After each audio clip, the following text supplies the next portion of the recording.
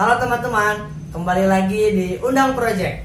Kali ini Kak Uce akan menemani teman-teman semua dalam pembelajaran sains ya. Nah, pelajaran yang akan kita pelajari yaitu materinya ada di kelas 5 bab 3 tentang organ pencernaan. Nanti kita akan pelajari tentang organ pencernaan manusia. Oke? Nah, untuk pencernaan hewan ya, nanti kita pelajari di part 2 atau di video selanjutnya. Oke? Sebelum masuk ke dalam pembelajaran, Kakak harap teman-teman semua dapat mencapai tujuan pembelajarannya. Yang pertama, Kakak harap teman-teman dapat menjelaskan organ pencernaan manusia dan hewan beserta fungsinya. Yang kedua, menjelaskan macam-macam penyakit pada organ pencernaan.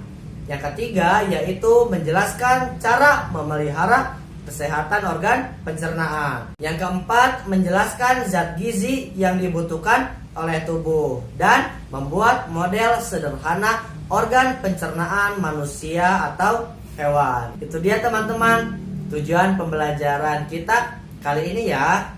Oke, kita bahas yang pertama yaitu tentang alat pencernaan pada manusia.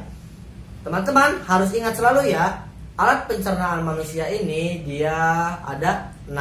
Yang pertama dimulai dari mulut, kemudian ada kerongkongan, lambung, usus halus, usus besar, dan yang terakhir yaitu rektum dan anus. Oh iya, yang perlu diingat juga bahwa alat pencernaan manusia ini yaitu proses bagaimana kita menyerap sari-sari makanan ya. Ini dia teman-teman, alat atau organ pencernaan manusia. Ketika teman-teman pada saat makan, nah tentunya makanan tersebut masuk ke dalam mulut ya. Selanjutnya yaitu masuk ke dalam kerongkongan dan berhenti sejenak di lambung. Nah, di lambung ini terjadi 2 proses, yaitu ada proses pencernaan mekanis dan kimia. Nah, maksudnya pencernaan mekanis itu ialah lambung bergerak menghancurkan makanan yang teman-teman makan. Kemudian ada juga proses pencernaan kimia atau kimiawi. Nah, pencernaan kimiawi ini dia dibantu oleh enzim yang ada di lambung agar memudahkan memecah molekul-molekul zat makanan menjadi sari-sari makanan. Setelah di lambung, kemudian makanan masuk ke dalam usus halus. Nah, di usus halus juga terjadi proses pencernaan zat-zat makanan. Selanjutnya yaitu masuk ke dalam usus besar. Nah, di usus besar ini terjadi proses penyerapan air. Ya, jadi air yang teman-teman minum itu diserap oleh usus besar. Setelah itu masuk ke dalam rektum. Nah, ketika masuk ke dalam rektum itu sudah merupakan sisa dari makanan atau zat yang sudah tidak dibutuhkan oleh makanan. Ketika zat tersebut masuk ke dalam rektum, teman-teman akan merasa mulas atau ada rasa ingin buang air besar. Nah, kemudian kotoran tersebut dapat keluar melalui anus ya, yang ada di belakang kita. Itu dia teman-teman, proses jalannya makanan di tubuh kita. Nah, sekarang kita akan bahas satu persatu dari alat atau organ pencernaan manusia ini. Yang pertama yaitu ada mulut. Mulut ialah tempat masuknya makanan ke saluran pencernaan. Di dalam mulut terdapat lidah, kelenjar, dan gigi. Lidah ini berfungsi sebagai indera pengecap rasa dan membantu proses menelan. Yang kedua ada kelenjar, berfungsi untuk memecah zat tepung menjadi zat gula dengan bantuan enzim petialin ya. Nama enzimnya yaitu enzim petialin. Dan gigi berfungsi untuk menghancurkan makanan. Nah, kakak punya contoh bagaimana bentuk dari gigi dan lidah sesuai dengan fungsinya. Seperti yang teman-teman lihat bahwa di sebelah kanan teman-teman ini merupakan contoh gigi anak-anak ya. Bagian yang paling depan yaitu terdapat gigi seri. yang fungsinya untuk memotong makanan. Kemudian di sampingnya ada gigi yang tajam. Nah, ini tuh namanya gigi taring ya.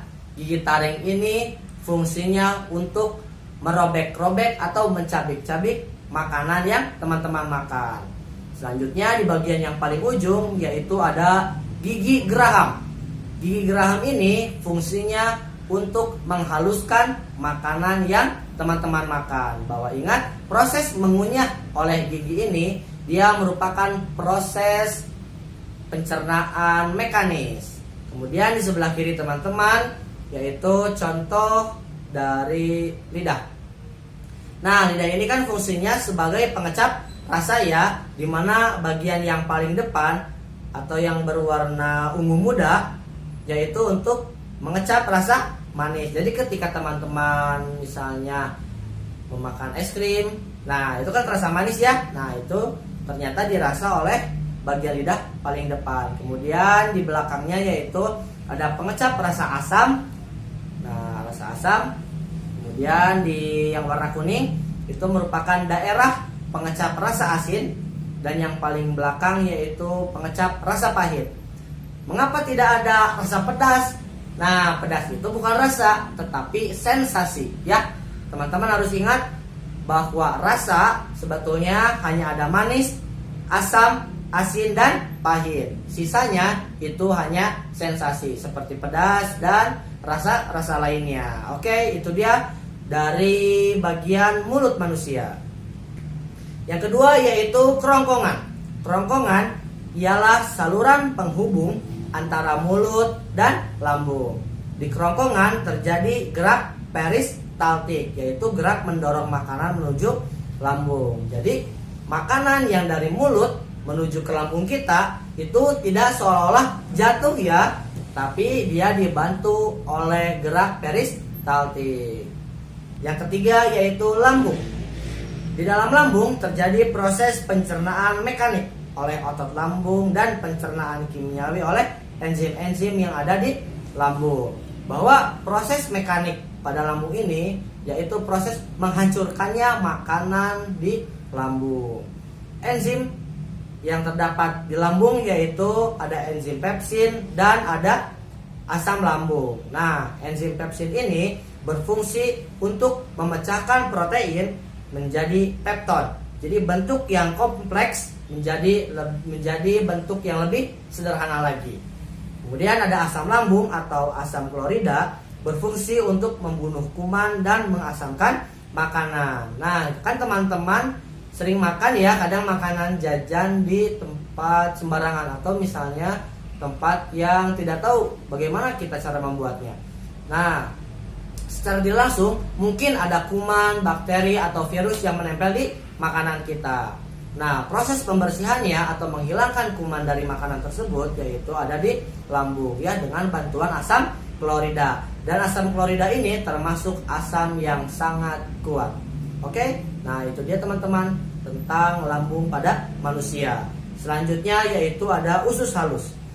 Di dalam usus halus terjadi proses pencernaan kimiawi dan penyerapan sari-sari makanan. Di dalam usus halus terdapat enzim yang berasal dari pankreas dan dinding usus.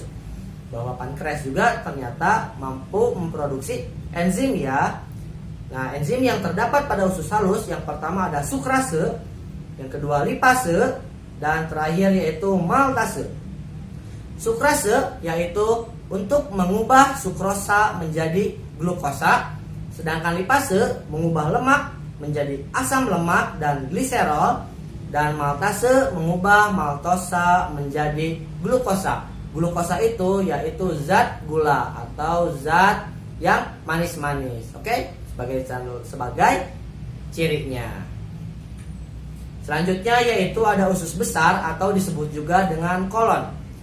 Sisa pencernaan atau ampas yang tidak tercerna akan masuk ke dalam usus besar. Ampas akan mengalami pembusukan oleh bakteri E. coli. Di dalam usus besar terjadi penyerapan air. Jadi teman-teman ketika misalnya makanan yang teman-teman makan sudah tidak dibutuhkan oleh tubuh kita, Nah, dia akan masuk ke dalam proses usus besar dan dibusukkan oleh bakteri tersebut. Nah, pada akhirnya sisa zat atau sisa makanan tersebut dia berubah bentuk menjadi feses atau kotoran ya. Dan di usus besar juga harus ingat bahwa di sini terjadi proses penyerapan air. Selanjutnya yaitu rektum dan anus. Rektum ialah alat pencernaan sebelum anus. Biasanya rektum ini kosong karena kotoran atau feses disimpan di atas rektum. Jika feses masuk ke dalam rektum, maka akan muncul rasa ingin buang air besar. Feses kemudian keluar melalui anus. Jadi teman-teman, ketika ingin merasa buang air besar, nah itu artinya bahwa zat makanan yang sudah tidak dibutuhkan itu masuk ke dalam rektum, kemudian dikeluarkan melalui anus. Teman-teman, yang perlu diingat juga bahwa hampir semua alat pencernaan manusia ini dibantu oleh otot polos, di mana otot polos itu ialah otot yang dikendalikan oleh sumsum tulang belakang atau tidak melalui pikiran kita. Dia bergerak secara otomatis. Nah, kecuali mulut dan anus, dia digerakkan oleh otot lurik ya. Karena pada saat proses mengunyah, tentu kita ingin mengunyah ataupun tidak itu sesuai keinginan kita. Dan terakhir yaitu anus ya. Bayangkan ketika anus menjadi otot polos dan tidak bisa dikendalikan. Ketika teman-teman ingin merasa BAB, kemudian sulit menemukan toilet, nah bagaimana? Feses akan keluar di mana? Ya, makanya ketika teman-teman ingin merasa buang air besar, kemudian sulit menemukan toilet, kan bisa ditahan ya. Nah, ditahannya itu oleh anus, dan anus itu dikendalikan oleh otot lurik. Oke teman-teman, selanjutnya kita bahas tentang gangguan pada pencernaan manusia. Sebetulnya gangguan pencernaan pada manusia ini sangat banyak ya.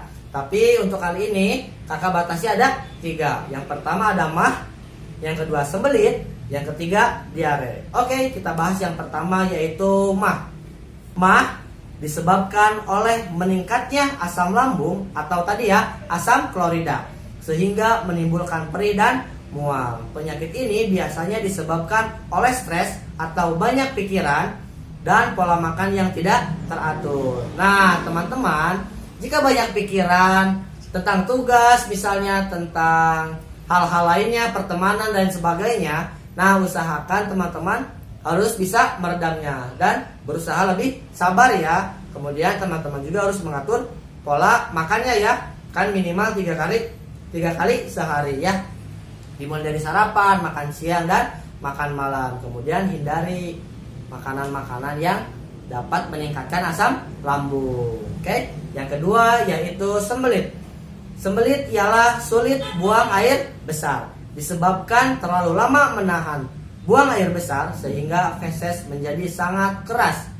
Agar BAB lancar, makanlah makanan yang berserat serta minum air minimal 8 gelas per hari. Jadi sembelit ini dia merasa kesulitan buang air besar.